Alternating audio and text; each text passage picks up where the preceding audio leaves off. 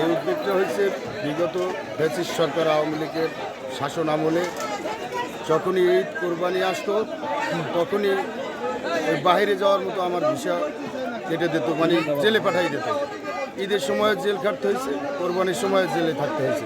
কোনো দিন এই রকমের মানে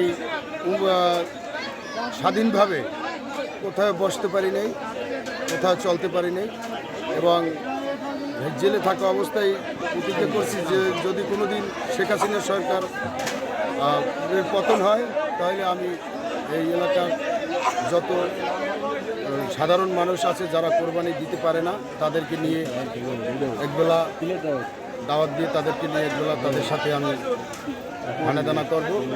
সেই প্রত্যাশায় ইনশাআল্লাহ আজকে সেটা সফল হয়েছে।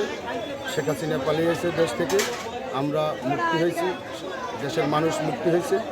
আজকে সেই সুবাদে সব মানুষকে একটু আমি আপ্যায়নের ব্যবস্থা করছি কোরবানি উপলক্ষে।